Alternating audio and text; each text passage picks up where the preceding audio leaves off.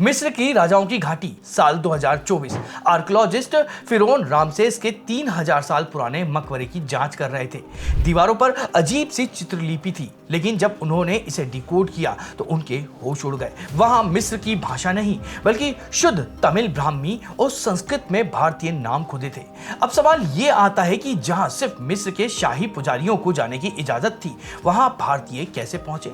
क्या सच में हमारे पूर्वजों ने पिरामिड बनाए थे या फिर कहानी इससे भी कहीं ज्यादा गहरी है? इंटरनेट पर एक थ्योरी बहुत ही ज्यादा वायरल हो रही है कि मिस्र के पिरामिड असल में रामायण और महाभारत वाले मय दानव ने बनाए थे, क्योंकि पिरामिड का पाई वैल्यू और तारों के साथ में अलाइनमेंट इतना सटीक है कि बिना वैदिक एस्ट्रोनॉमी के ये नामुमकिन लगता है। वैसे क्या आपको लगता है कि मय दानव का मिस्र से कोई कनेक्शन हो सकता है? मुझे अभी आप कमेंट में लिखकर जरूर बताइएगा।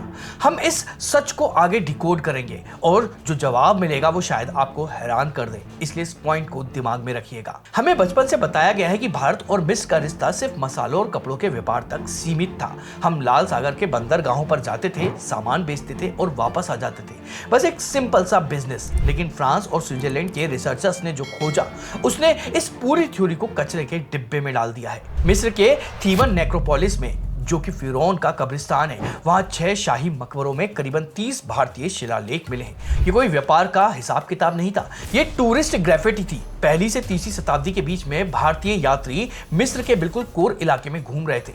एक नाम जो बार बार मिलता है वो था सिको कोरन।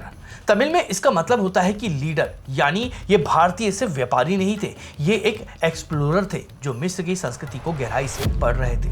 अब वापस आते हैं उस सवाल पर, क्या इन भारतीयों ने पिरामिड बनाए या मय दानव ने अपनी वैदिक ज्योमेट्री से मिस्र को आकार दिया? साइंस और कार्बन डेटिंग कुछ और ही कहानी कहते हैं। गीजा के पिरामिड आज से करीबन 4600 साल पहले बने थे और जो भारतीय शिलालेख मिले हैं वो मुश्किल से 2000 साल पुराने हैं। दोनों के बीच में करीबन 2300 साल का गैप है। हाल ही में वादी अल जफ्र नाम की एक पेपिस डॉक्यूमेंट और नील नदी की एक सूखी हुई चैनल ने साबित कर दिया है कि पिरामिड मिस्र के लोगों ने ही बनाए थे। उन्होंने नाव से बड़े बड़े पत्थर को ट्रांसपोर्ट किए था। ये सुनकर आपको शायद से थोड़ी सी निराशा हो रही होगी, लेकिन रुकिए, असली रहस्य तो अभी आना शुरू होगा। पत्थरों का कनेक्शन भले ही टूट गया, लेकिन माइंडसेट और विचारधारा का जो कनेक्शन अब मैं आपको बताने वाला हूं वो इससे हजारों गुना ज्यादा गहरा है। इसे ध्यान से सुनिएगा क्योंकि ये आगे के सारे राज खोल देगा। चलिए मिस्र की रेत से निकलकर तुर्की के पहाड़ों में चलते हैं। आर्कियोलॉजिस्ट को मिट्टी की कुछ पट्टियां मिली। ये 14वीं शताब्दी ईसा पूर्व की 2 सुपर पावर मित्तानी और हिट्टाइट साम्राज्य के बीच की एक शांति संधि थी। जब इन राजाओं ने अपनी संधि पक्की की तो उन्होंने कसम खाने के लिए जिन देवताओं का नाम लिया वो थे इंद्र, वरुण, मित्र और नासत्य।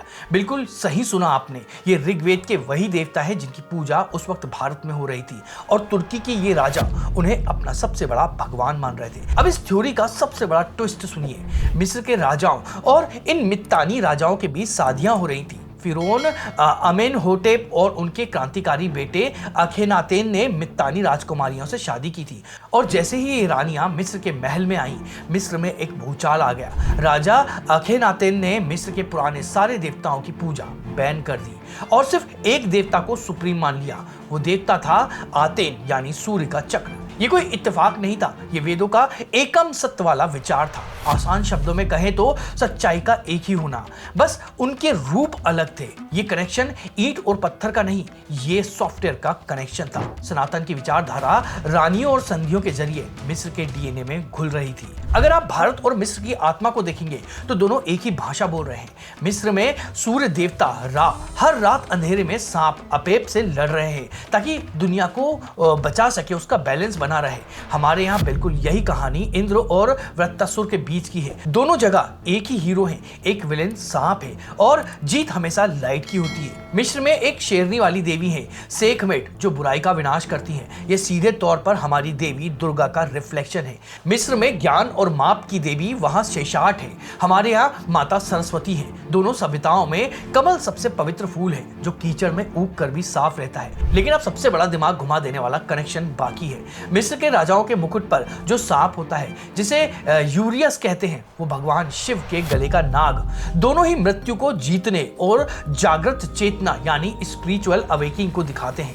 मिस्र का सबसे फेमस सिंबल है आंख, जिसे वो जीवन मानते हैं, और हमारा सिंबल है शिवलिंग, जो कॉस्मिक एनर्जी को दिखाता है। अगर आप इन्हें गहराई से देखेंगे तो दोनों ही सिंबल मेल और फीमेल एनर्जी के मिलन को दर्शाते हैं, जिससे ये पूरी दुनिया बनी हुई है। मिस्र वाले जिसे का कहते हैं, हमारे दर्शन में उसी को ही प्राण कहा गया है। आसान शब्दों में समझे तो वो हमारी ही तरह ब्रह्मांड के नियमों को पूज रहे थे, बस उनके नाम अलग थे। हमने शिलालेख देखे, हमने पिरामिड का सच समझा, हमने तुर्की की संधियों में वैदिक देवता देखे, और आखिर में ये जाना कि कैसे सनातन के बीज मिस्र की रेत में फल फूल रहे थे। ये सारी बातें एक ही तरफ इशारा करती हैं कि प्राचीन भारत और मिस्र असल में एक ही सिक्के के दो पहलू थे। समय और भूगोल ने उनके कपड़े और भाषा बदल दी, लेकिन उनकी आत्मा और आध्यात्मिकता हमेशा एक ही रही है। मिस्र शायद समय के साथ अपनी जड़ें भूल गया, लेकिन उसके स्मारकों में आज भी सनातन का सत्य धड़क रहा है। अब सोचने वाली बात यह है कि क्या ये सब सिर्फ एक कोइंसिडेंट है, या फिर हजारों साल पहले सच में कोई एक ग्लोबल सनातन सभ्यता थी जो आज इतिहास के पन्नों से गायब कर दी गई है। आपको क्या लगता है, आप हमें कमेंट में जरूर बताइएगा। और अगर ये वीडियो आपको पसंद आया तो उसको लाइक करिएगा, अपने साथियों के साथ में शेयर करिएगा, और अभी कमेंट को स्वैप करके हाइप नाम का नया ऑप्शन आया तो इस वीडियो को हाइप जरूर करिएगा। और हम इसी तरह से हिंदू धर्म से जुड़े हुए रोचक विषय पर वीडियो लेकर आते रहते हैं। अगर आप इस तरह के रोचक विषय पर वीडियो देखना चाहते हैं तो उसके लिए आप हमारे चैनल को सब्सक्राइब कर लीजिएगा। तो चलिए मिलते हैं किसी और वीडियो में।